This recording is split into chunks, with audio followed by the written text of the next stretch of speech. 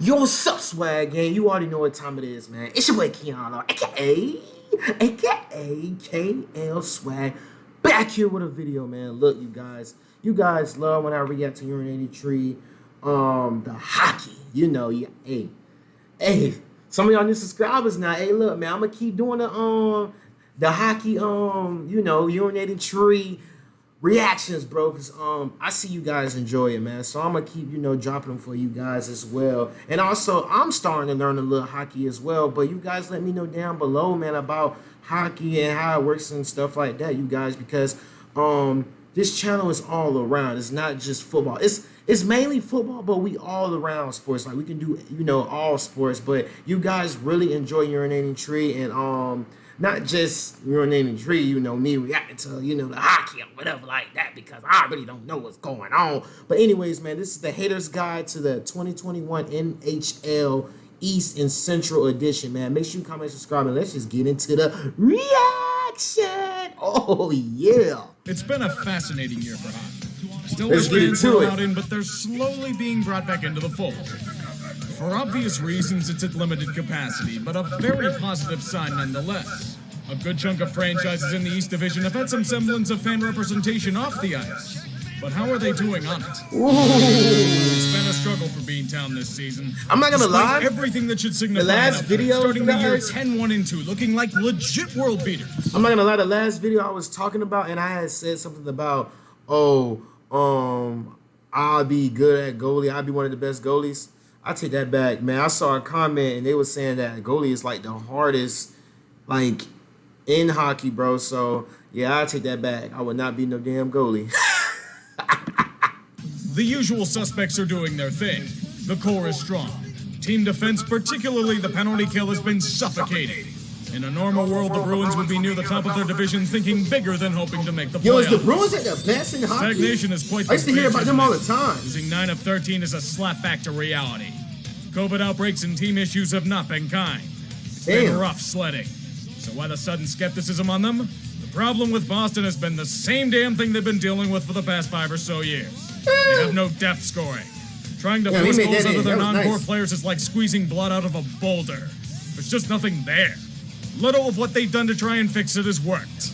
Without the big guns scoring, they're forced to rely on defense and goaltending to get them out of bad situations. They've been good but not great between the pipes. Thus, you get a team stalling out like they have. I wonder when the Boston media points the finger at Tuukka Rask for the depth not producing. Maybe they could even score on even strength against the Devils more than once. I feel like we have this conversation every single year about the Sabres. To call this team trash would be considered libelous to every piece of refuse on the side of the road. There's utter failure, and then there is Buffalo. A team where every single move has been infested with a rot that seeps into every pore. Taylor Hall have been become so useless that they'll be lucky to get a second-round pick for him at the deadline. What's wrong with him? Jeff Skinner cast him off to the fucking fourth line. If he's not healthy, scratched. Nobody can fucking finish? Too bad Jack Eichel might want out again and is injured for the foreseeable future. There is no excuse in the world for the level of pig shit we are witnessing on a game-by-game basis. Absolutely none. Fire all the head coaches you want. Make all the posturing you can. Shuffle the lineup like deck chairs on the SS Pagula. This ship is careening off the goddamn falls. Tying the record for most consecutive losses in NHL history? That's the biggest accomplishment this franchise has earned in years. You know what else is earned? The moniker of the New Age Cleveland Browns. A land where everything is shit and the factory of sadness produces nothing but failure. I look forward to yet another fire sale at rock bottom prices. But get the fuck out of my sight. Funny how much a year can change the outlook on things. Last year, the Devils were looking like an outright disaster. The John Hines saga ended badly as everything fell astray and they were forced to rebuild. This season, no expectations. And when those are low, a team can surprise with a thing or two. Jack Hughes has bulked up and emerged as a strong scoring option. Mackenzie Blackwood and Scott Wedgwood are rock solid in net. Miles Wood is somehow turning into a decent finisher. Should've hit him. Any goods? I would've put him on his ass, really. bro. They're most likely going to miss the playoffs again. They can't score that much and holes remain throughout the lineup. But at least for one moment, they don't smell like putrid ass. So we'll take it easy. Sit back and watch them get beaten by much stronger opponents for the most part. Because there's now someone significantly worse than them in their division. I think we all know who that is. As long as they can get someone to overpay for Cal Palmieri, I'll call their season successful. Oh, that was nice. One thing, though, can you please get Nikita Gusev's shit together? That dude's too skilled to be a black hole. Oh, my God. Oh, the challenges this team faces. There are moments where you'll think this team is destined for another deep playoff run. They're so damn. Others, it's a frustrating cycle of offensive sputtering and goaltending lapses. Let's get to the good first and foremost. Ryan Pollock and Adam Palak. They have been outstanding this season. Jean Gabriel Peugeot is scoring like a legit top 6 option. What they need him to be for their campaigns. Goaltending is still relatively strong, barring the random iffy game by Sorokin some nights.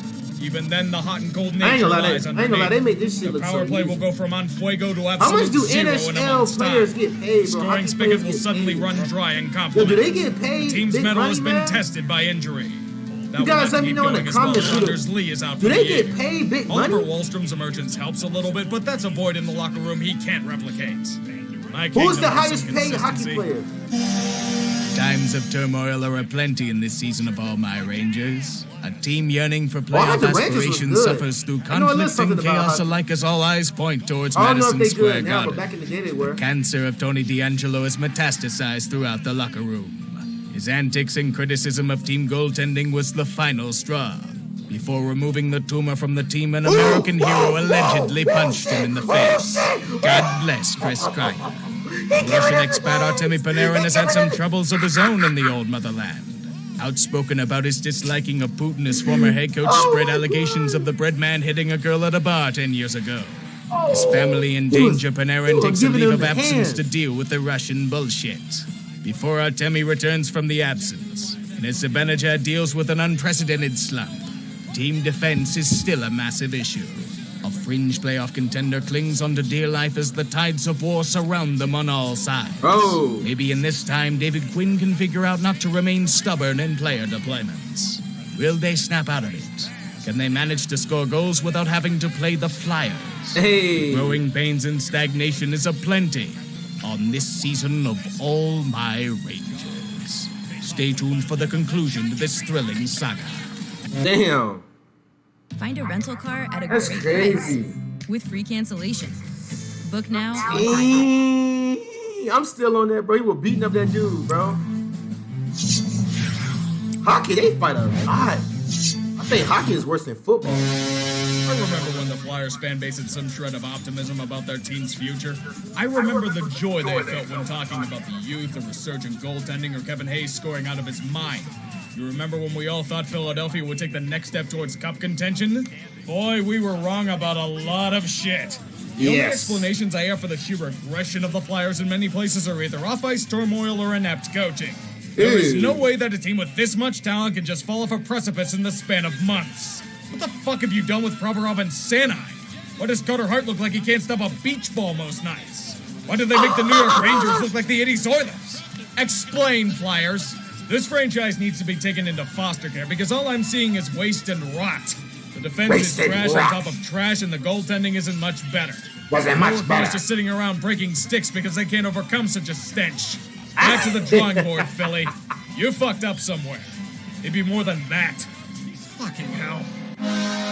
This is a team I'm having trouble engaging. It's not because they're not any good. The decent streak of form they've been on shows they are. Damn, that was a nice goal. Consistency.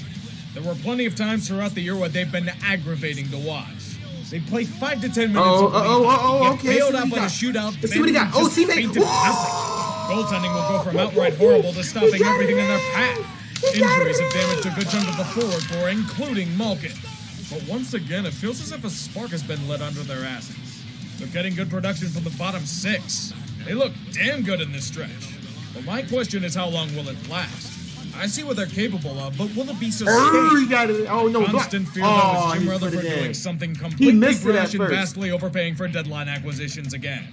The Pens brass feared the same thing, and took away his trading privileges for an unnamed defense. Slighted by this insult, Hans Moleman returns to his bingo night in shame. Okay. He is no longer with the team. To replace him, the scourge of Philadelphia and Ron Hextall. I can feel the Flyers fans seething as I say this. You know why? Brian Burke, the new czar of Yenzerland. Get in the Mustang, we're gonna hunt for some good old North American boys on the market. Bog standard Capitals regular season. Consistent winning. Ovechkin doing the thing from the divot on the ice where he sits on the power play, and the team humming along as if everything is smooth. To be honest, it seems like the Capitals are more rejuvenated from what they were last season. Probably has to do with the coaching change and altering of their tactics, but they're still doing pretty well for having such young goaltending between the pipes. With 5 seasons young of goaltending. players, depth scoring, the veteran core hasn't lost a step. I'd say everything is perfect, but then Tom Wilson tries to kill someone and he gets himself suspended for a while. If he stops that, they'll be legitimate foes in the 7-game series. What's the worst that can happen? They had to deal with Todd Reardon's bullshit. It can't get much worse than it has. Just keep pace, Washington. I'll see you come playoff time.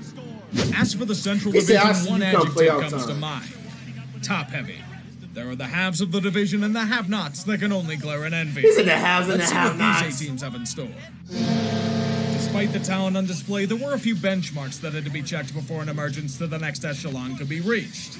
So far, I'm most pleased to tell you that cramming this them up. has He's passed cramming with them. flying colors. Oh, shit. They need a consistent goaltending. Damn, that was a Has nice shown up ass so far, goal. but from an unexpected Yo, this source. shit is hard, Peter bro. Mrazek has been out with an As injury I'm looking for at it most right of now, the this year. shit hard. So the surprise contender is a prospect thought to have Yeah, stalled I out was in Alex right. Nedeljkovic. He's put up starting caliber numbers. Even more than that, honestly. The cavalry has finally arrived. And it continues in another piece of the core emerging onto the scene. Martin Necas is becoming a bona fide star in front of our eyes. Electrifying talent and skill nearly every night to add to the likes of Aho and Svechnikov. The defense is revived under a healthy Dougie Hamilton, which is desperately needed. The power play, deadly. The potential I saw out of this team in the conference finals run in 2019 is starting to come into view. No, it's I really not. hope they can keep it up, but they'll have a good problem on their hands. Mrazek will be coming back soon, and they'll have a decision to make on that front. What's They'll that? take it over the other problem they've been having back there. What's that? Chicago seemingly can't do anything Bro, they try they to got the do. weirdest They name. want to compete, they fall to shit thanks to an Oh aging my goal. gosh, dude's just When they falling see the light and everywhere. wish to Grown ass rebuild, man falling nothing everywhere. insane happening, just the team bouncing back to playoff contention by mere accident. Patrick Kane and Alex DeBrincat were unhappy with the current direction and chose to carry this He team just on their failed. backs. What the hell? They're doing this without their 2 top centers. Even when they want to take a step back, they can't. You Damn. may be He asking made- yourself what Bro, happened. he make it look. They This made team it was look supposed so to be easy. bad, right? But wait a second, what do I have in the cupboard? Oh, why, it's another random elite European that just popped out of our ass. Kevin Lankinen, the new head backstop of the Blackhawks, putting in top-tier production that rivals that of Corey Crawford. Can he keep it up? Who knows? But it's yet another curveball thrown into their plans.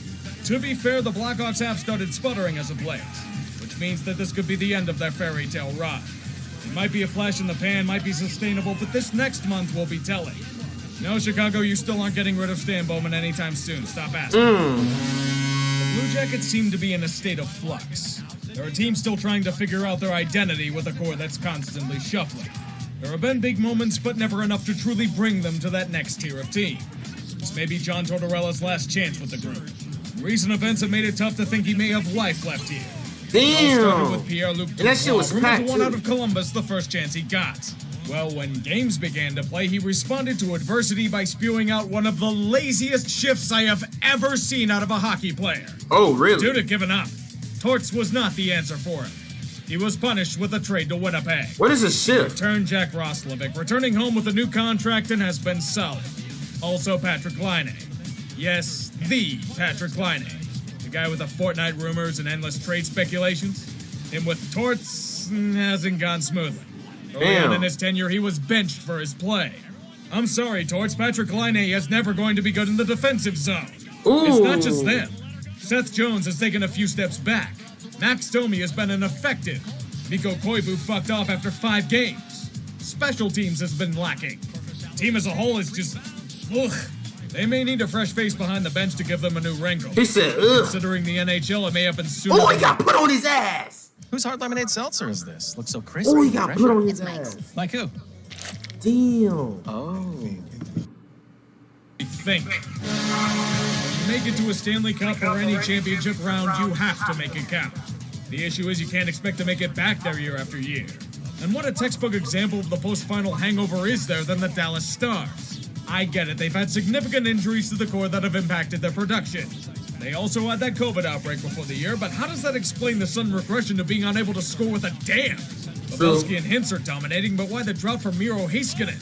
They're a team that's only a contender when they get offense. And they aren't getting it. The longer this lasts, the more I feel that last year's playoff run was merely lightning in a bottle. Goaltending isn't as elite as it was last year. Their play can't carry them forever. The hope is that it's merely a slump, but there's far more evidence of this play being their standard. It's aggravating after seeing years of it. You got a new lease on life in the bubble. Don't squander the second chance because so far you are. I did say there was nowhere to go but up for the Red Wings. I never said they wouldn't stay near the bottom, however. If there's any positive to say about Detroit, it's not as bad as it was for them last season. That's about it. The problem for the Red Wings is mostly straightforward. They're having trouble scoring goals. Except when Jonathan Bernier is in net, oddly. The young core has struggled to gain traction. Damn, look how Veteran he put that in. placeholders have been, well, placeholders. The Ken Holland picks aren't developing into NHL regulars. Oh, they Power all play's been crammed utterly in and atrocious shit. for the Wings. And signs aren't going up for them for the most part. The sort of rebuild is a long-term burn, but they're going to need a new coach for them to start making some They progress. sound blocking for my I'm team, more and they surprised still by got the it in. resilience that Jeff Blashill has shown in not getting fired. He's in a league that fires coaches for him. Yo, I wonder, do they do on a given crackbacks? night. At this rate, they might get some mid-round picks for a few of the veterans, but that's all they have to look forward to. Keep building. Maybe you'll get out of the muck you're in someday. If we're lucky, in a few years.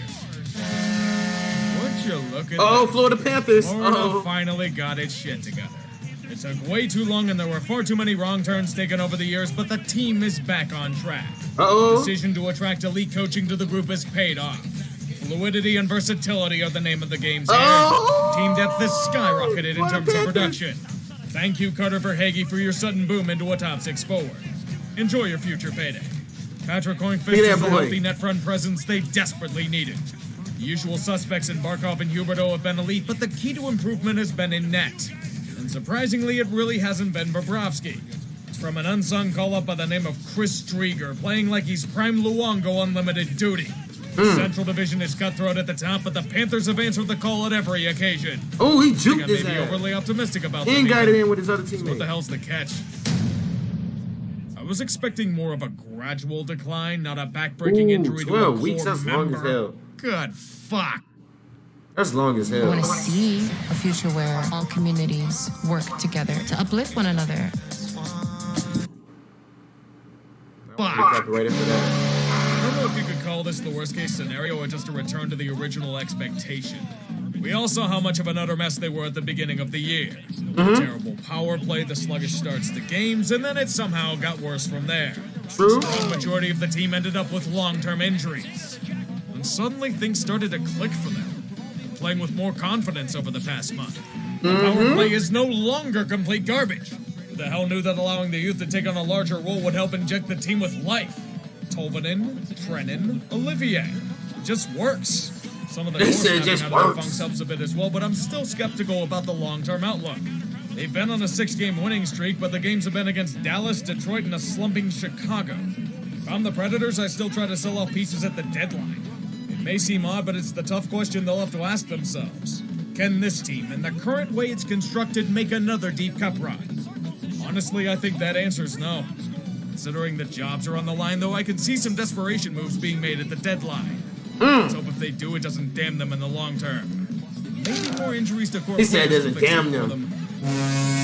Power. Unlimited Tampa Bay power. Lightning? I never heard This of is the him. story of the Tampa Bay Lightning.